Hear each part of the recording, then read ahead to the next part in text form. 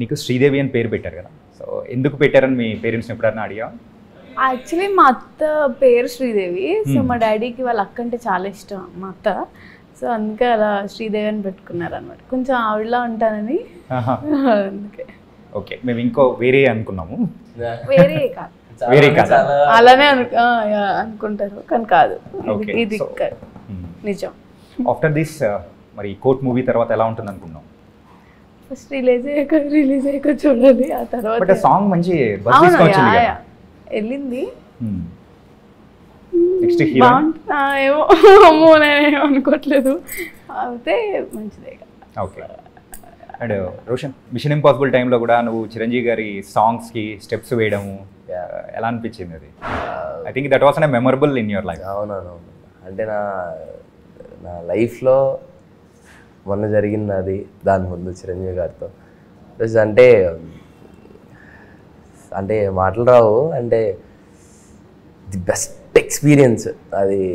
అంటే నేను స్టార్టింగ్లో ఒక షో చేసేటప్పుడు చిరంజీవి గారితో నాకు ఫోటో దొరకలేదు బేసిక్గా. నేను దేశముద్రలో ఒక షో చేస్తున్నాను, పక్కన సెట్లో చిరంజీవి గారు మీలెవర్ కోటీశ్వర్లు చేస్తున్నారు ఆ టైంలో. ఆయనతో ఫోటో దొరకలేదు నాకు. సో నేను వెళ్ళి ఆయన రోల్స్ రాయల్స్ ముందు అటుకో పిక్చర్ పెట్టాను, అంటే ఆ కారు నేను. సో దాని తర్వాత ఒక 4 yearsలో మిషన్ ఇంపాసిబుల్ అనే సినిమా చేసినప్పుడు ఆ సినిమాకి ఆయన చీఫ్ గెస్ట్గా వచ్చారు. ఆయన రావడం ఒక ఎత్తు అయితే, ఆయన ముందు ఆయన చేసిన ఆయన బ్లాక్ బస్టర్ సాంగ్స్ అన్నీ ఆయన ముందు పర్ఫామ్ చేయడం, ఆ సాంగ్స్ గురించి ఆయన మాట్లాడడం. బేసిక్గా నేను నాకు స్టేజ్ మీద చిన్న అంటే ఆ కాన్షియస్లో నేను నాకు రాలేదు. ఫస్ట్ నాకు ప్యానిక్ అటాక్ అయింది అక్కడ. ఎందుకంటే నేను డ్యాన్స్ చేసేసి కిందకి వెళ్ళిన తర్వాత ఒక స్టిల్ లాగా ఇవ్వాలి, బట్ ఆయన నా కళ్ళ ముందు ఉన్నప్పుడు నా చేతులు ఆయన కాళ్ళ మీద ఉన్నాయి, నా బాడీ నా దగ్గర లేదు బేసిక్గా. అదంతా అదో లాంటి ఫీలింగ్.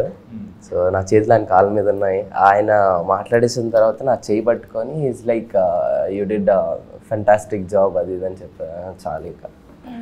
సో అలాంటి ఒక ఎక్స్పీరియన్స్ అది. దాని తర్వాత మొన్న నాని అన్న నాన్నగారి గురించి ఏం చెప్తారు? అసలు మేము ఆయన గురించి చెప్పడం అసలు మేము మమ్మల్ని అడగకూడదు. మీరు అంటే షూట్ జరిగే టైంలో నాన్నగారు రావడం కానీ, లాస్ట్ డే షూట్ అప్పుడు వచ్చారు.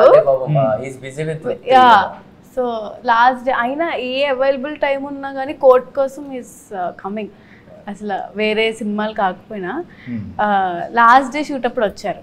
లైక్ ఇక్కడ నెట్ సెంటర్లో వచ్చారు. అండ్ మొన్న అయితే నాన్నగారు కూడా ఒక పెద్ద స్టేట్మెంట్ అనేది కూడా ఇచ్చారు. ఏంటంటే కోర్టు నచ్చకపోతే హిట్ 3 కూడా చూడకండి అని చెప్పేసి. అంటే ఆయనే అంత కాన్ఫిడెంట్ గా చెప్పేటప్పుడు ఏంటిది అని కూడా అనిపించింది. ఇది యాక్చువల్లీ ముందే చెప్పారు. దర్శి అన్న నేను ఒక డబ్బింగ్ కి వెళ్ళినప్పుడు ఆయన వచ్చారు అనమాట.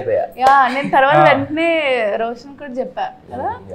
అది యాక్చువల్లీ అంత మంది ముందు చెప్తారని అసలు మాకు తెలీదు, బట్ నాకు దగ్గర అయితే చెప్పారు.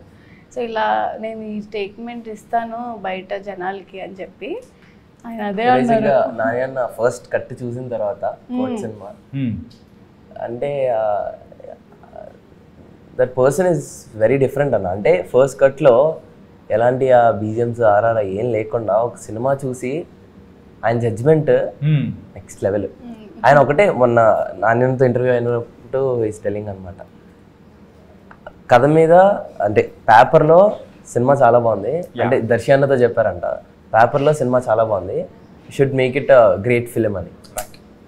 సో అంటే దట్ పర్సన్ ఇస్ డిఫరెంట్ చాలా. అంటే ఫస్ట్ కట్ చూసి 3.5 ఎంతో కట్ చూసి ఆయన వచ్చి ఆ రోజు నేను మిస్ అయిపోయాను. హిట్ 3 డబ్బింగ్ వచ్చినప్పుడు అన్నయ్యను సిరి ఉన్నారంట. సో నాన్నగారు పిలిచి మాట్లాడారంట. అదే రోజు అన్నారంట ఆ మాట, నా సినిమా చూడకపోయినా పర్లేదు ఈ సినిమా మాత్రం చూడాలి. బట్ ఆ మాట ఇంకా బాధ్యత, చాలా కాన్ఫిడెన్స్ కూడా వచ్చేసి